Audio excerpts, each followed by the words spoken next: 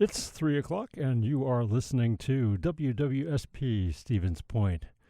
I'm your host, David Shore, with a special edition of Connecting Flights this afternoon, a history lesson on reggae music just for you. In the next 3 hours, I'm going to take you through many of the most important songs of the golden era of Jamaican music, the 1960s and 70s. There also will be a few later tunes related to the theme of the show, which, since I started hosting in January, focuses on the cross-fertilization of Jamaican, American, and British popular music. And I'll be mentioning some personal connections to the music, especially when we get to the mid to late 1970s and the synergy between reggae and British punk, particularly The Clash, my fave group, as well as the ska revival led by UK bands like The Specials. That said, it'll be a mostly unbiased history, starting with the Folks Brothers' "O Carolina." Not only is this tune a cornerstone for the emergence of Jamaica's popular music, it's also groundbreaking because of the Rastafarian musicians who played on the recording. Rastafarianism is a religious tradition that, until the rise of reggae later on helped bring it into the Jamaican mainstream, was viewed as counterculture and underclass. So let's kick off our history lesson with the Folks Brothers' "O Carolina" here on 90 FM on Connecting Flights.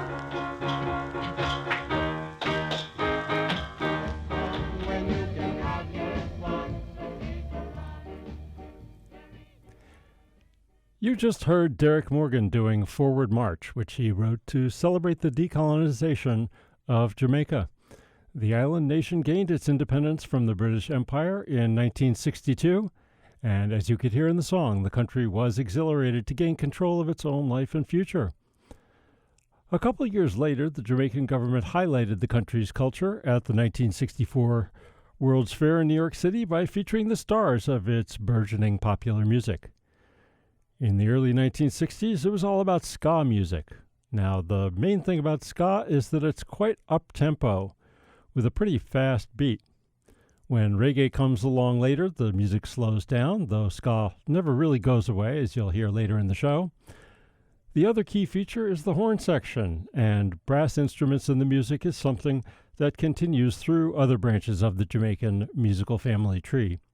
So in this next set of tunes from 1963 and 64, I'll play a track from each of the four acts the Jamaican government brought to the 1964 World's Fair, starting off with Byron Lee and the Dragonaires doing Jamaican ska here on 90 FM and this Connecting Flights History Lesson Special.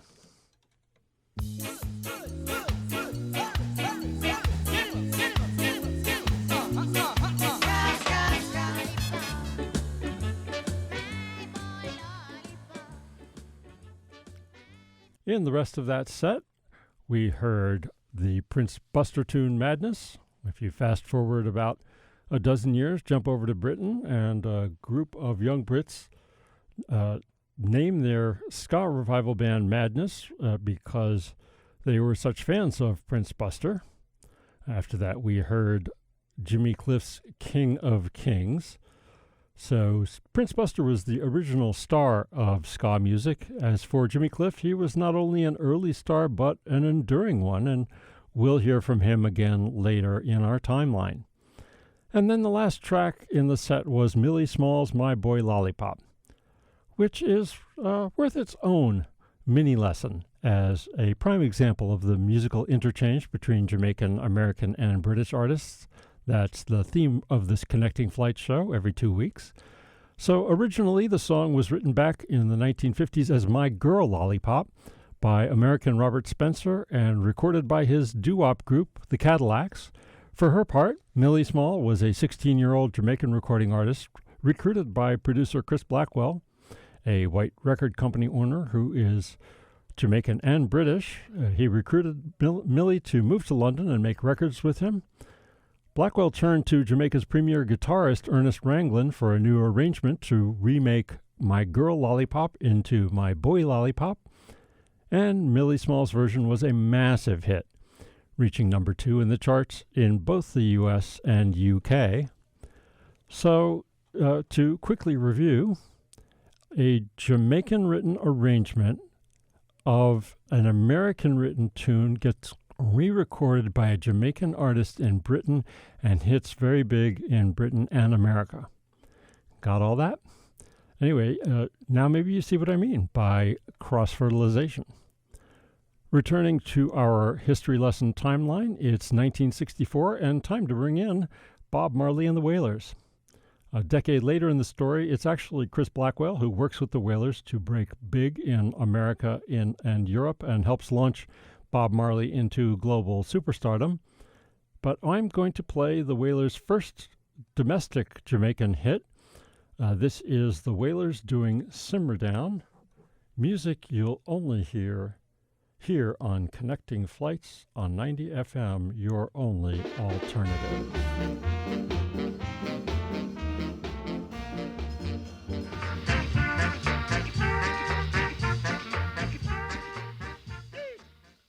At the end of that set, we heard the Skatalites doing their signature tune, The Guns of Navarone, an instrumental track, obviously.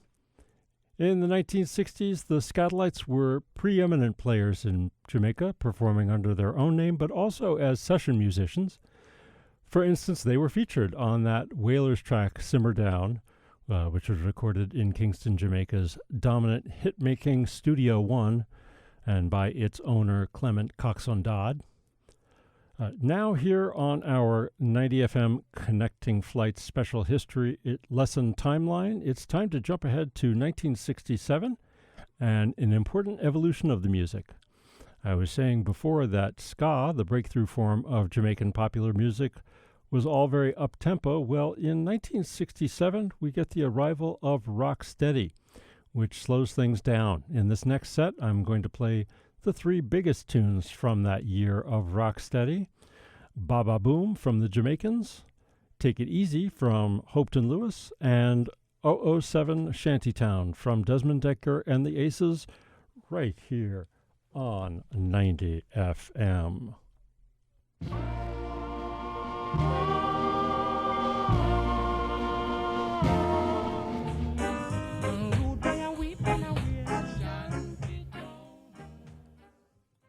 Before that promo, I played Desmond, Dekker and the Aces' 007 Shantytown. That tune is featured on the truly amazing soundtrack of the movie The Harder They Come. More on that later. But as I say, on our historical timeline, 007 is part of that rock-steady genre that gets away from the hard-driving tempo of ska. Rocksteady's moment in the Jamaican sun, though, is very brief because the very next year comes the birth of reggae music itself. In terms of tempo, reggae kicks things up a notch from rocksteady's laid-back vibe, but not all the way back to ska's chugging freight train of a tempo. Also, we start hearing that percussive guitar sound that we associate with reggae, as well as a little bit lower in the mix, rhythmic hits on the electric organ. As I work on putting together this show every couple weeks, a book by Lloyd Bradley, Bass Culture, has been an indispensable info resource. And in the book, Bradley pinpoints a tune called People Funny Boy as the record that announced the arrival of this new style. The artist was Lee Perry, reggae's famous mad genius producer, who also went by the nicknames Scratch and The Upsetter. And that tune is what I'm going to play for you now, here on the Reggae History Lesson on Connecting Flights, only on 90 FM.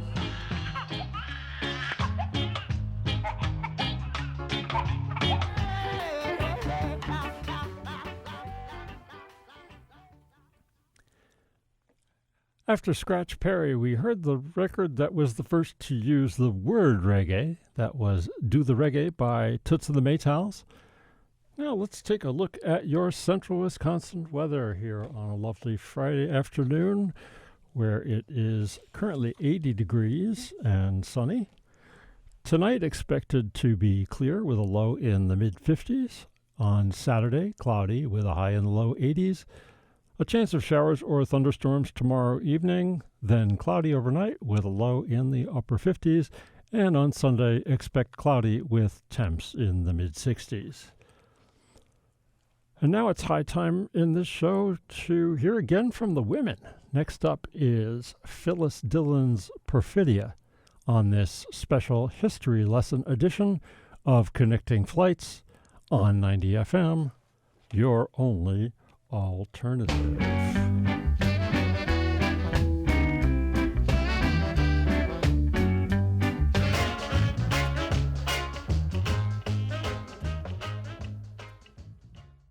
It is, let's see, about 4.5 minutes before the hour of 4 o'clock, and you're listening to WWSP Stevens Point. After Perfidia, I played the song that I usually start every show with, but it slots right into our timeline of this special history lesson edition of Connecting Flights. You heard Desmond Dekker's Israelites, which was a top 10 hit here in the U.S., and personally, it was the first reggae song to catch my attention as an 8-year-old kid. And we're lingering, we're taking our time going through the late 1960s and early 1970s, because those years saw just an unbelievable outpouring of amazing music. To call them the golden years would be an understatement. Earlier in the hour, I brought Lee Scratch Perry into the story with his proto-reggae song People Funny Boy. Perry's group, the Upsetters, are even better known for a 1969 instrumental, The Return of Django, which I played after Israelites. And so, like I say, my show talks about the interchange between the music of Jamaica, the U.S., and the U.K. And one trade route, so to speak, of that musical cultural exchange was the import into Jamaica of American soul music, which is why I want to kick off the next set with Dave and Ansel Collins' Double Barrel. The tune has kind of a James Brown funkiness, complete with James Brown-style grunts as vocal rhythmic exclamation marks. After that, a duet of Jamaican singers covering an American tune. Nina Simone's anthem of Black empowerment, Young, Gifted, and Black. We'll hear Bob Andy and Marcia Griffiths, another queen of Jamaican music, and later on, one of Bob Marley's I3's backup singers. All on today's special history lesson edition of Connecting Flights on 90 FM. I am the magnificent. I'm back, but the shaker was so boss.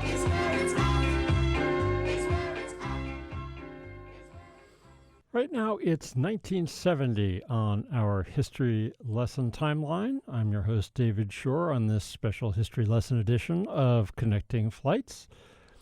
Time to say a bit more about the Wailers and Lee Scratch Perry.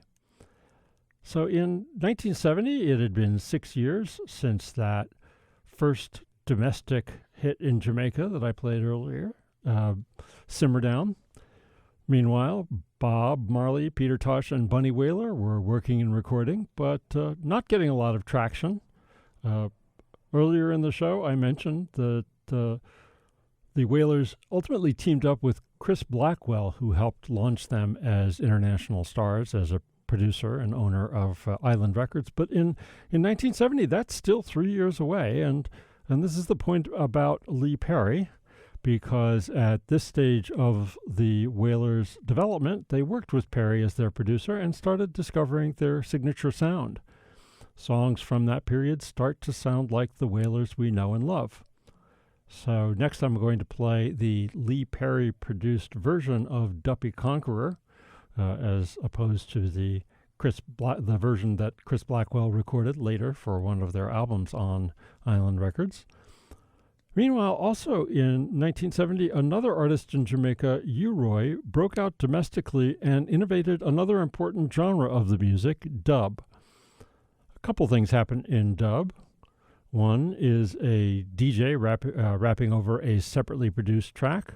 The other is a lot of electronic manipulation of the sound. We're going to hear U-Roy's breakout track, Wake the Town, a dub of a tune originally by Alton Ellis. Then following that up with a track from the man recognized as the preeminent producer of dub, King Tubby, who teamed up with Augustus Pablo for the dub masterwork King Tubby Meets Rockers Uptown, right here, right now, and only on 90 FM.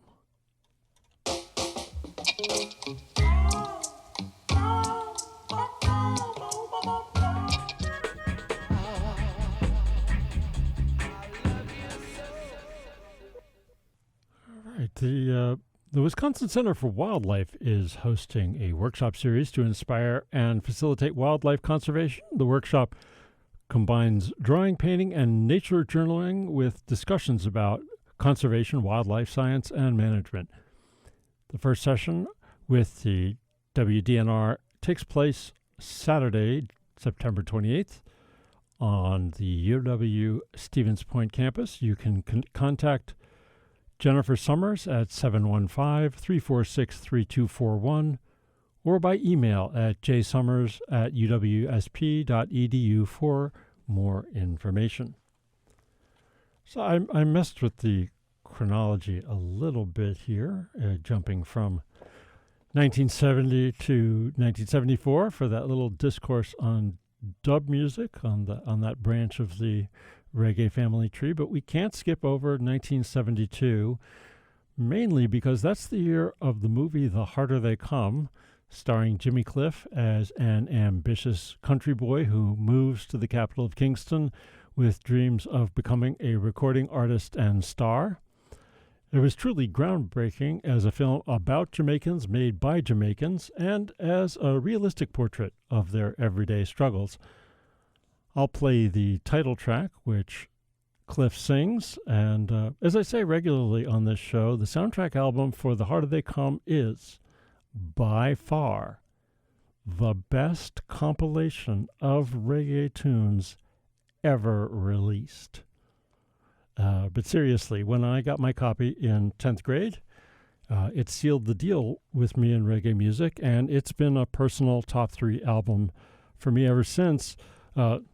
Those listening on the radio can't see it, but right now I'm holding up my personal, that very copy of the album that I got in 8th grade, which, because I'm a lucky boy, it is signed by both Jimmy Cliff and Toots Hibbert of Toots and the Maytals, who also have some amazing tunes on the soundtrack. And I think I will play for you one of those, a Pressure Drop, as well. But the other thing on the timeline in 1972 is that American singer Johnny Nash released I Can See Clearly Now, a #1 hit in America, and another great example of cross-fertilization. Nash was an American artist living in Jamaica. Nash's manager, Danny Sims, also became Marley's manager, and Marley joined Nash and Sims for a stint in Europe. Then I'm going to finish the set with Bob Marley's No Woman, No Cry, a staple of concert tours at the height of his popularity. I'll play a live recording from Marley's Songs of Freedom box set. Then I'll give you the local concert update on 90 FM, your only alternative.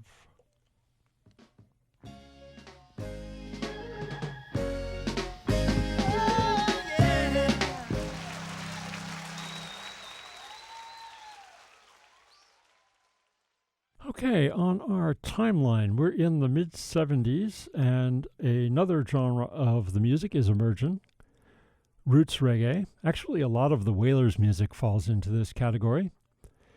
In the lyrics, roots reggae is often socially conscious, sometimes including expressions of the Rastafarian faith and African consciousness.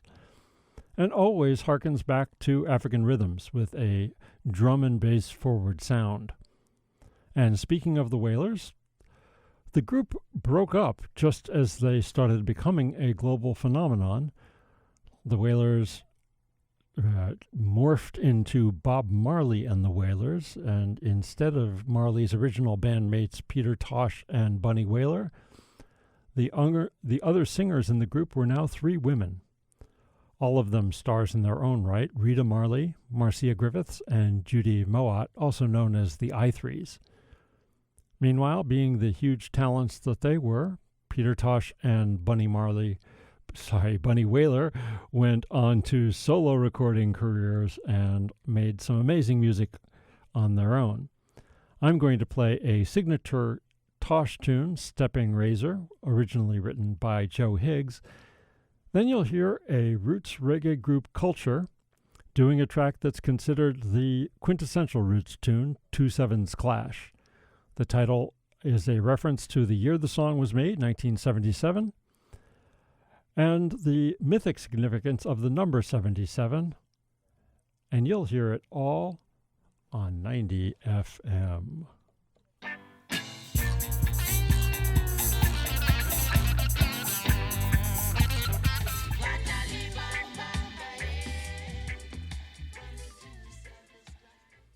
Now a couple more mid-1970s roots reggae tunes to finish out hour 2 of this special history lesson edition of Connecting Flights. First will be Jacob Miller doing Tenement Yard. Then we'll hear another classic, Junior Mervin's Police and Thieves, lamenting the pervasive gang and police violence that amped way up in Jamaica in the mid-70s, actually as part of the country's domestic politics. It was a two-party system, and each of the parties used a lot of violence. This track was produced by who else? Lee Scratch Perry again. Now, for the history lesson video audience, I'm actually making a video of these lectures, so to speak.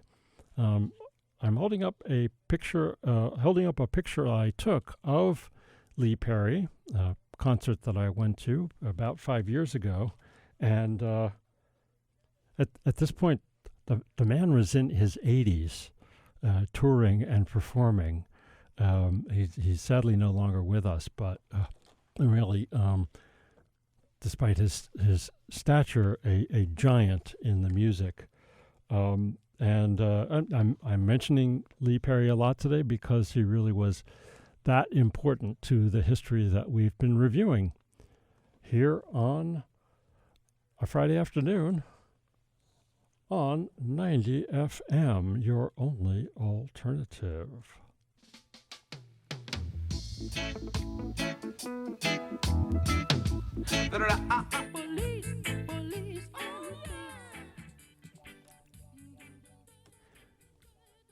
1 minute before the hour of 5 o'clock, and you're listening to WWSP Stevens Point, a special edition of Connecting Flights looking at the history of reggae, Jamaican music, and the musical interchange between Jamaica, America, and Great Britain. I'm David Shore, and that's always the theme of Connecting Flights on the alternating Fridays that I'm here as your DJ. The difference today is that I'm going chronologically through the important sounds and tunes from the early 1960s to the mid-1990s when a new music, ska punk, breaks through here in the U.S. But for most of this final hour of our musical history lesson, I'll be focusing on music from Britain, starting with the band that I've been obsessed with for about 45 years, The Clash. I've been saying the history this afternoon is mostly objective. Now comes the kind of biased part. Actually, I'm kicking off the hour with a cover version of the final track from that last hour that we just heard, Police and Thieves. When The Clash released this cover in 1977, they were starting to put their own stamp on reggae and sounding fantastic in the process, if I may say so. Truly, this was one of the tunes that absolutely hooked me as a fan.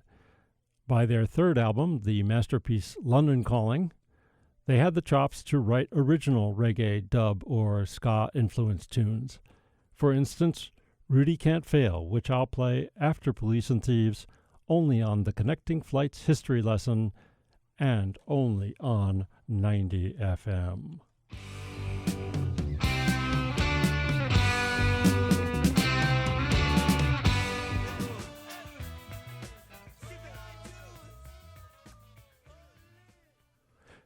We're here in the late 1970s on our timeline of reggae and some of the related genres of Jamaican, American, and British music.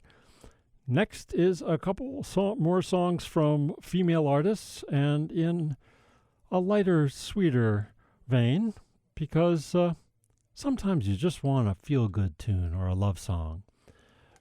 Now, many of the tracks on our history lesson set list today were tailored to be hit records or recognized right away as having that potential.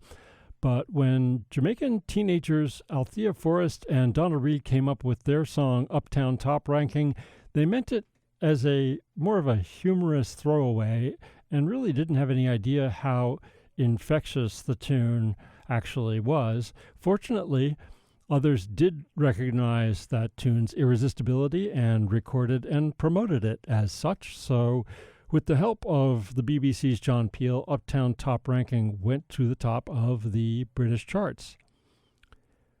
2 years later, in 1979, another young female singer, this one British, also rocketed to the top of the UK charts and sprouted another branch of the reggae music family tree.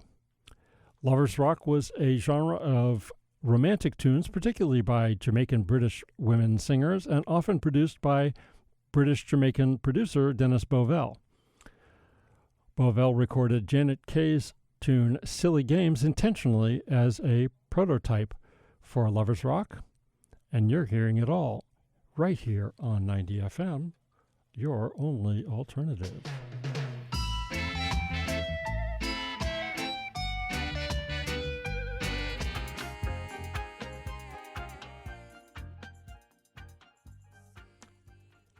Now we're at the end of the 1970s and going into the 1980s in our Connecting Flights history lesson timeline.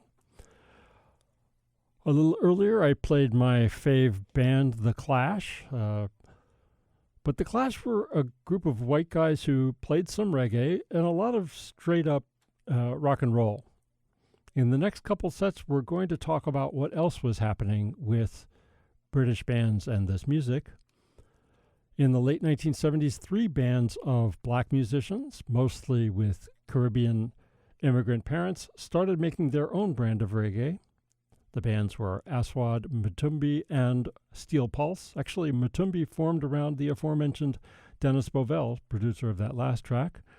Ultimately, he had a bigger career, really, as a producer than a featured performer, and one of the artists he worked with a lot was the poet Linton Kwesi Johnson. And I'm going to kick off the next set with LKJ's Want Figo Rave, a really powerful poem about being a Jamaican immigrant in the UK and the scant opportunities for them in Britain. Then I'm going to play Aswad and Steel Pulse's biggest tunes, which came a bit later in 1980 and 82 respectively. Aswad's Warrior Change and Steel Pulse's Worth His Weight in Gold Rally Round on 90 FM on your Connecting Flights history lesson.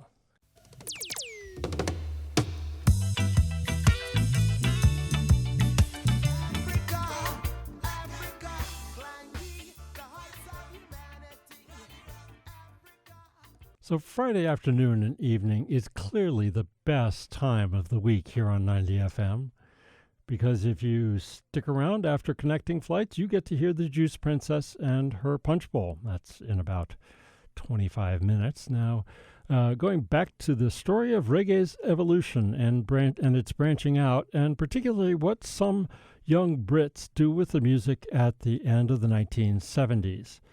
Besides the black groups like Aswad and Mutumbi, who we just heard from, playing their own brand of reggae, there were also some biracial bands reaching back to the beginning, to that up-tempo ska music from the early 1960s.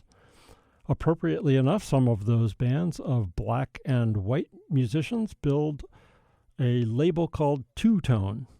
Get it? Anyway, the pioneers of this revival, known as second wave ska, were the Specials. They broke out with a 1979 tune called Gangsters, which is going to kick off the next set. The original lineup, masterminded by Jerry Dammers, unfortunately splintered just a couple of years later.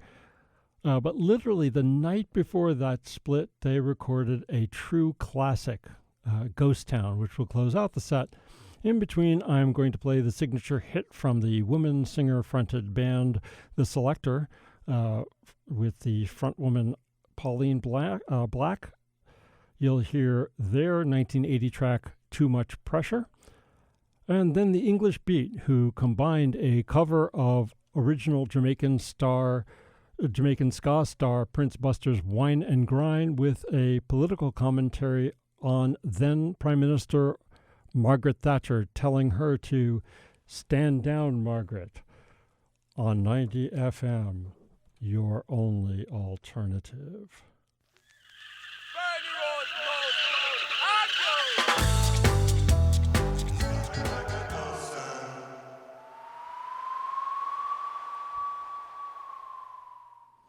Now coming to our final set in today's reggae /ska /roots /lovers rock history lesson over the last 3 hours.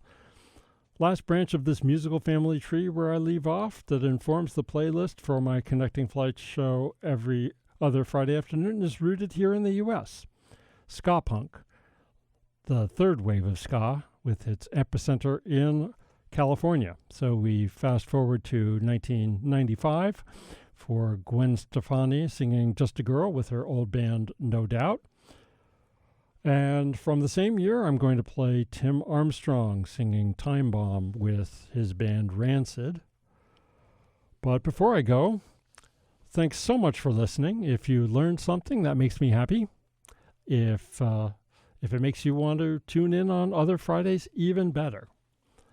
My thanks to special people who've helped me, including helping me acquire some of the music I play.